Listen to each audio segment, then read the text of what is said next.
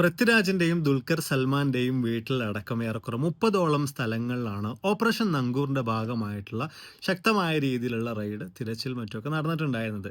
ഇനി എന്താണ് ഈ ഓപ്പറേഷൻ നങ്കൂർ എന്നത് വളരെ ചുരുക്കി ഞാനൊന്ന് പറയാൻ ശ്രമിക്കാം.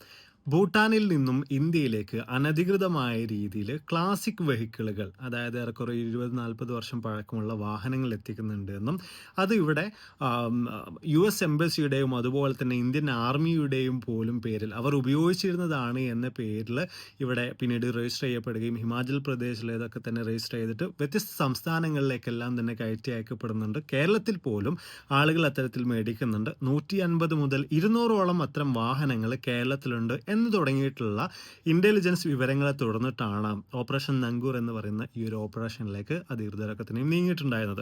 ഇതിന്റെ ഭാഗമായിട്ട് നമ്മൾ നോക്കുകയാണെങ്കിൽ ഏറെക്കുറെ 38ഓളം വാഹനങ്ങൾ ഇതിനോടകം തന്നെ പിടിച്ചെടുത്ത് കഴിഞ്ഞിട്ടുമുണ്ട്. ഈ പിടിച്ചെടുത്ത വാഹനങ്ങളെല്ലാം തന്നെ ഭൂട്ടാനിൽ നിന്നുള്ള വാഹനങ്ങളാണെന്ന് ഒരിക്കലും പറയാൻ സാധിക്കില്ല.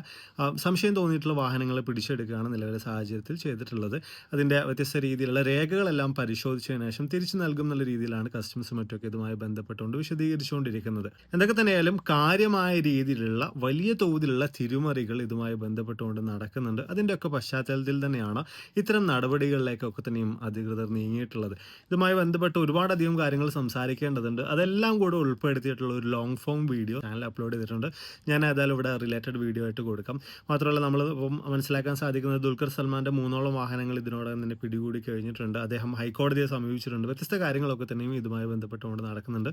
കൂടുതൽ അറിയണമെങ്കിൽ തീർച്ചയായിട്ടും നിങ്ങൾക്ക് റിലേറ്റഡ് വീഡിയോ കയറി കാണാം.